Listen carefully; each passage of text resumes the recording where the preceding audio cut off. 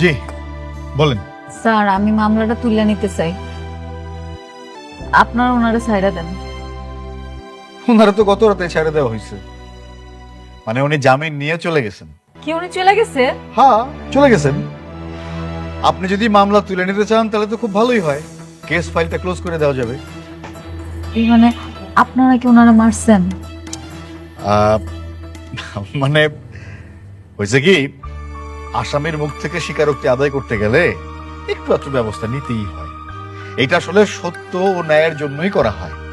খুব বেশি মারছেন? না, খুব বেশি না, অল্পই। আপনারা ওনারা কেন মারছেন? আমি তো আর মারতে বলি নাই, শুধু শুধু একটা লোক কষ্ট পাইলো না। আপনি বলেন নাই ঠিক আছে, কিন্তু ওই যে আপনার সাথে যিনি আসছিলেন রাতুল সাহেব, উনি তো যাওয়ার সময় ইশারায় আমারে দেখাই দিয়ে গেলেন যেন একটা উত্তম মাধ্যম দিই। এই জন্যই তো গায়ে হাত তুলতে হইল। কাজটা আপনারা মোটেও ঠিক করেন। আজও বুঝো জাহিদ, এদের নিয়ে আর পারি না। কখন যে কি বলে তার কোনো ঠিক নাই। এদের কথা মতো কাজ করলেও বিপদ, না করলেও বিপদ।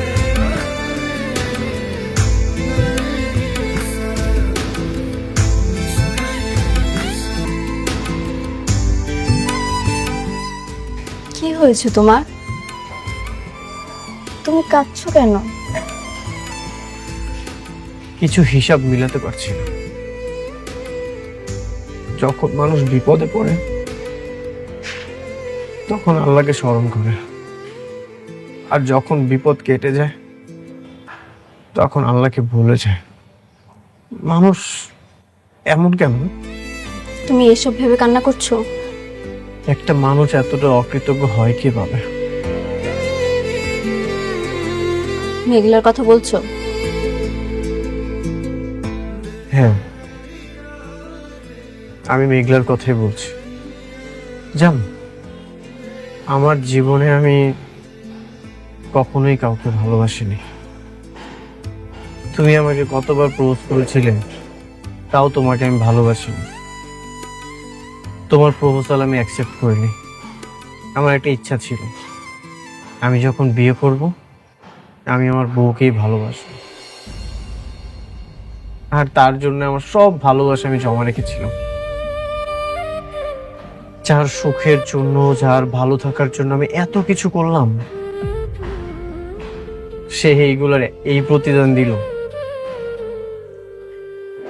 আমার এত উপকারের প্রতিদান এত জঘন্যভাবে আমাকে ফেরত দিল।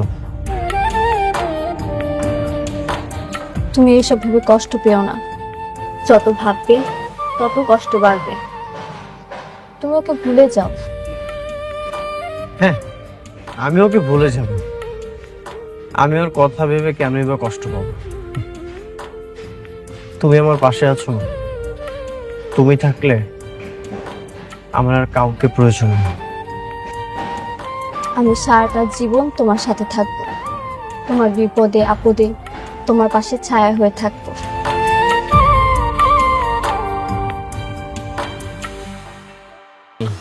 এই যে দেখেন, বাজার থেকে আপনাদের জন্য টাটকা টাটকা মাছ আর সবজি নিয়ে আসছি। ভাবি আসসালামু আলাইকুম, কেমন আছেন? আপনার শরীরটা ভালো আছে তো? আপনি আপনি এখানে কেন আইছেন? এই যে আপনার জন্য বাজার নিয়ে আসছি ভাবি। এই যে দেখেন, আয়রন এবং পুষ্টিযুক্ত খাবার নিয়ে আসছি আপনার জন্য। এখন তো আপনার অনেক ভালো ভালো খাবার খাওয়া দরকার। আন্টি নেন, রাখেন। আরে রাখেন, এইটা রান্না করেন, অনেক মজা আছে, সেই স্বাদ কিন্তু। একদম টাটকা মাছ, টাটকা সবজি। জানেন ভাবি, আমি না কালকে সারা রাত ঘুমাইতে পারিনি। পুরো ছটফট ছটফট করতে করতে আমার রাতটা চলে গেছে। কালকে একটা কি বিপদ না গেল আপনার উপর দিয়ে। আমার না কি মনে হয় জানেন ভাবি, মাঝে মাঝে মনে হয় যে সবকিছু ছাইড়া দিই, ছাইড়া দিয়ে আসে আপনার বডিগার্ড হয়ে থাকে। আমার কোনো বডিগার্ড লাগবে না। কি বলেন ভাবি? আপনার বডিগার্ড না লাগুক, কিন্তু একটা দায়িত্ববান লোক তো আপনার পাশে থাকা দরকার। এই যে দেখেন, আপনার বাবা অসুস্থ, আপনি নিজে মা হতে চলছেন, আপনার চারপাশ শুধু বিপদ আর বিপদ। এই মুহূর্তে আপনার একটা দায়িত্ববান লোক থাকা খুবই জরুরি দরকার। এই জন্য আমি বলতেছি, আপনার আমি দায়িত্ব নিতে চাই। না আমার লাগবে না তো, আমার কারো লাগবে না। আমি কাউরে বিশ্বাস করতে পারি না, আপনি বুঝেন না? এই যে ভাবি, আপনি একজন বেইমানি করছে, তার কথা এখন আমাদের সবাইরে দোষারোপ করতেছে। শুনেন, উনি হচ্ছে একটা সব থেকে বড় বেইমান। এই জন্যই তো আমি অনিকের সাথে বেইমানি করছি। অনিক এখন আপনারও শত্রু, আমারও শত্রু। আপনিও যে কেমন মানুষ সেটা আমি খুব ভালো করে জানি। জানেন না ভাবি, এটা জানতে হলে এই জানার একটা মন থাকা দরকার।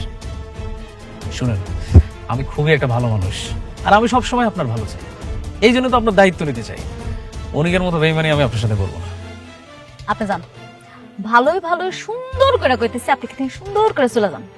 আপনার কোনো কথা শোনার বিন্দু মাত্র রুচি এখন আর আমার নাই। যান।